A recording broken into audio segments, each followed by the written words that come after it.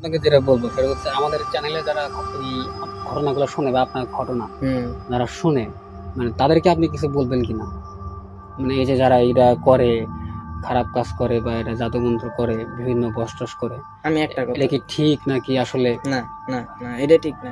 একটা কথা মনে রাখতে হইব, আমি যদি একজনের ক্ষতি করি, হুম, আজকে যদি আমি আপনার ক্ষতি করি, ঠিক কালকে সকালে আমার ক্ষতিটা হইব, এই কথাটা মাথায় রাখতে হইব।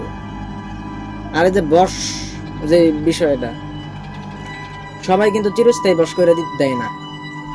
ক্ষণিকের জন্য। ক্ষণিকের জন্য কিছু কাজ করা হয় 3 বছর, 2 বছর, 5 বছর, সর্বোচ্চ 12 বছর, বা কারো 30-35 বছরও যায়, যার ভাগ্য ভালো।